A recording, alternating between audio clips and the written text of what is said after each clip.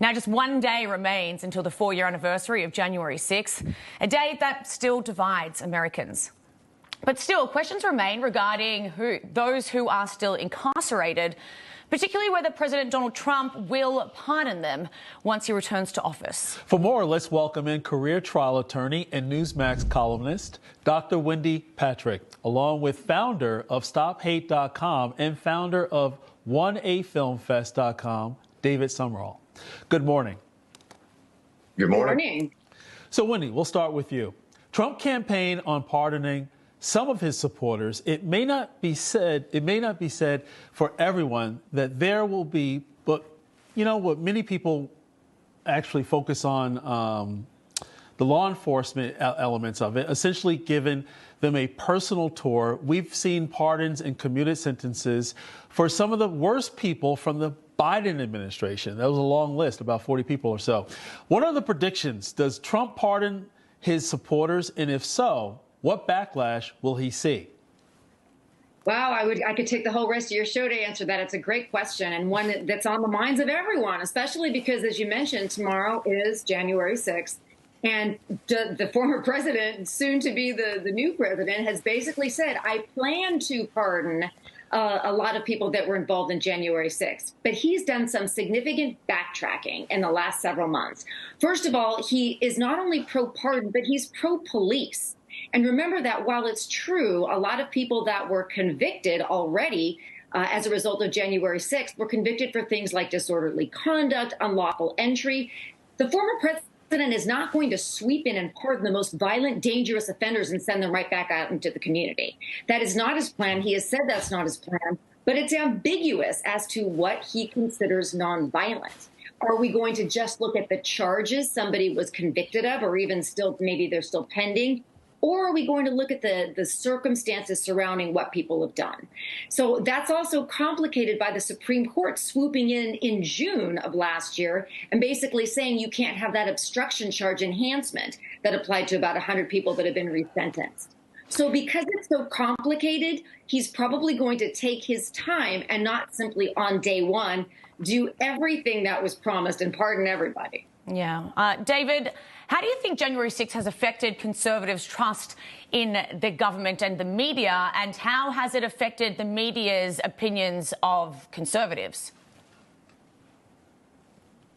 Wendy, you going to take that? David. I think there's always been trust issues, and I think this just accentuates them. The division that you mentioned is real and true, and I think that was the intention of January 6th. As the setup, as it's called, not from the intention of the people that were there. And you know, I have to disagree a little bit with Wendy. She's spot on about everything except for the violence part. I think what they're going to find is the assault was either by a water bottle or a flagpole. And I do think that Trump is going to do this in day one. I don't think he's going to leave any of the heroes from January 6th behind. And there's a difference between police brutality or self-defense or defense of others. You know, 4 citizens were killed at the hand of the police on January 6th, and that's been swept under the rug. I think Trump realizes a lot more about the day than people may give him credit for. We've done a lot of research with the lawyers and worked on a lot of cases, seen a lot of video to kind of offset what the narrative from the media has been. And it's a totally different story. I hope that Trump is more in the know. David, I just want to clarify, though, there was violence on January 6th. Like, we have the videos, so you can say, yeah. like, it was, you know, there's no denying it when you see the videos there. I just wanted to make sure that that was clear. Absolutely true. Absolutely true. And on that note, Wendy, criminal cases against Donald Trump are on their last leg. We hope so. But as we come into the second term, he could be facing even more civil lawsuits from members of Congress, as well as injured police officers over January 6th. This would be the last chance for Trump's opponents to finally get him, so to speak. What do you make of these new potential lawsuits?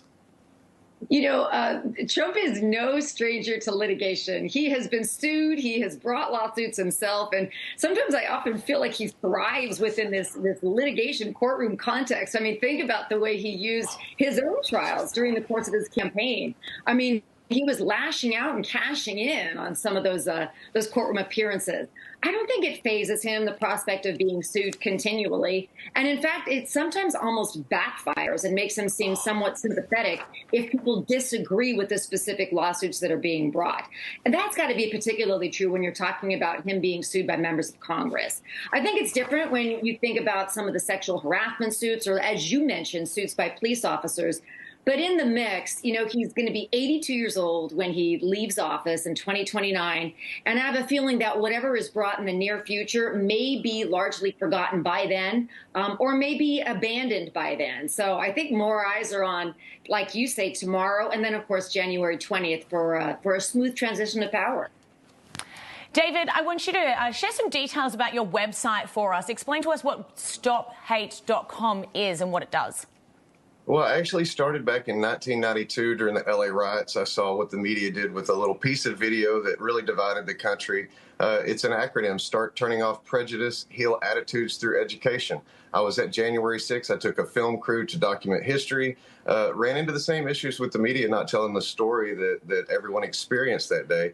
Yes, there was violence, but who started the violence? You can't come in halfway through the fight and decide that. So the police actually attacked the crowd on the West Plaza just after 1 o'clock, and it's documented on video. We've got the 4 documentaries that we put out, one per year for the last 4 years, done tons of research. It's all available on the website for free. People can go and search and research, do their own due diligence, and find lots of information about January 6th that the mainstream doesn't house. And it's a good opportunity to learn the truth about that day. All right. Wendy Patrick, David Sumrall, thank you both so much for joining us today. Thank you. Thank you very much. All right, take care. Now, there's plenty more to come on Wake Up America Weekend right